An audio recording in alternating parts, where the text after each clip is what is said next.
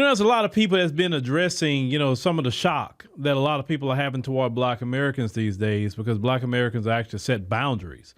And this shock has kind of sent a shock wave through the whole country because everybody is talking about why Black Americans are just kind of not taking much anymore. But why don't you play what this sister has to say? Let's get into it. People mad at me because I said Black folks ain't letting the N-word slide. And we not. We not letting it slide. Stay mad. Y'all can stay mad. See, I think the problem is that traditionally Black people have been very forgiving. Black Americans have been very forgiving.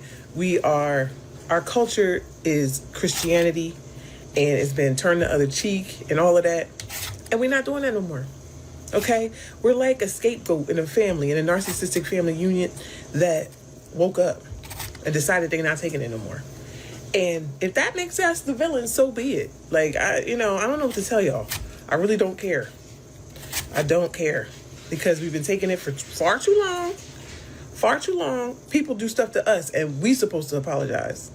Like, what? We're supposed to just be like, oh, it's okay, we understand. No, we don't understand. I don't care what your reason is. I don't care if you got a disability. I don't care. I've taken it for far too long. It's over. We're not forgiving no more. Now, the sister's 100% right. A lot of us are raised in the church, and it was really drilled into our head about turning the other cheek, being forgiving, 70 times 7, in the area of forgiveness. And because of that, a lot of people took advantage of Black Americans because they'll do us things and then, you got to forgive. And while people just took advantage of our good nature. And for years they were doing that. And then now you have a generation of Black Americans say, no, this done.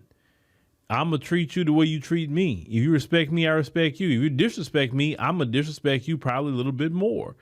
And the part of Black people retaliating in that way, a lot of people are shocked by this, even including the white folks.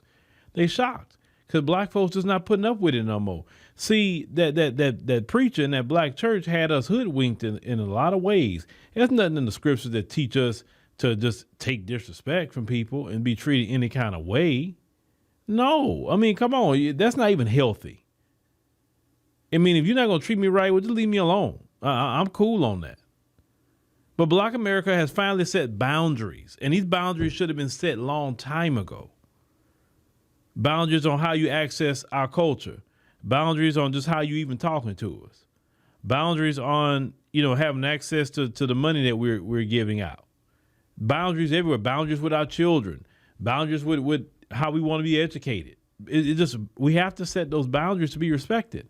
And have y'all noticed, ever since we have set boundaries, notice people's difference of reaction to us now? See, now they're literally begging us to talk. They're literally begging us to be in a coalition with them. Before we were begging them, notice they didn't want no coalition. Notice that? Nobody wanted a minority coalition. We were begging for one. Well, when we got to the point as a collective of people say, we good. We don't need that. We fine. And everybody now like, whoa, wait a minute. Hold on.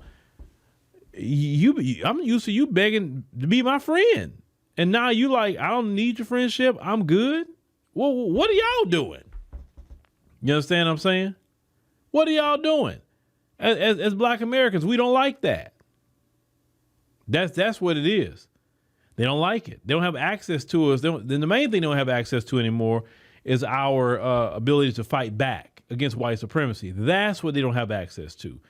And that in itself is the issue. That in itself is the issue. Because we have been the only group that have been successful in fighting white supremacy. And when they lost access to us fighting white supremacy for them, I believe that is what bothers them a lot more than anything else. So getting mad at certain things we say, that's just, a byproduct.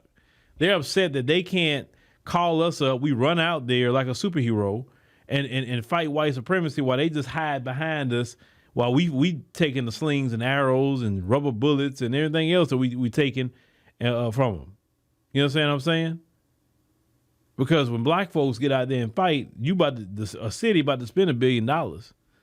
When Black folks are good and done with that city. That's why they really don't want us out there too much. Talking about the system. But we're not coming out like that no more unless we're coming out for ourselves. That's it. If we're coming out for ourselves, we are good. We are so good if we're coming out for ourselves. But we're not going to put up with that from nobody. I'm definitely not.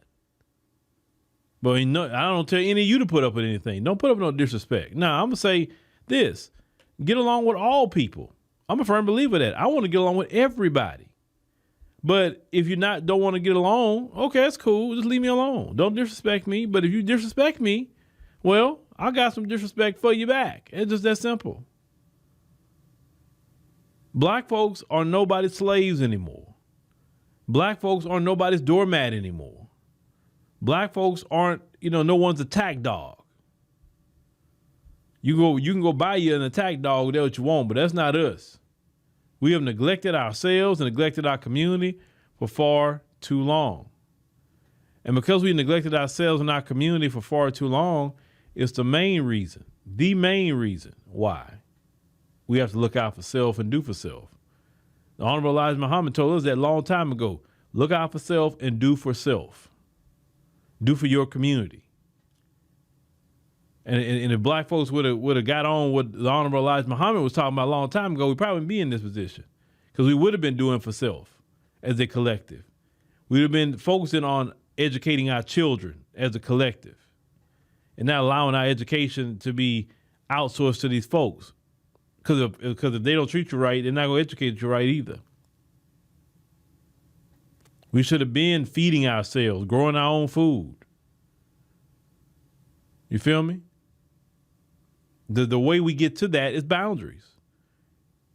Because us doing all these side quests and side missions with these other groups, and then in the end, they don't even respect us for it. They don't even like us for it. You would think that, okay, man, yeah, that's my people, right? No. You do all that for them, and they still don't like you. They still go cut for the same people that got their homeland messed up. So that's why black folks say, yeah, we good. We set boundaries, and it is what it is. But it's a new day, and y'all gonna have to get used to it. Just that simple.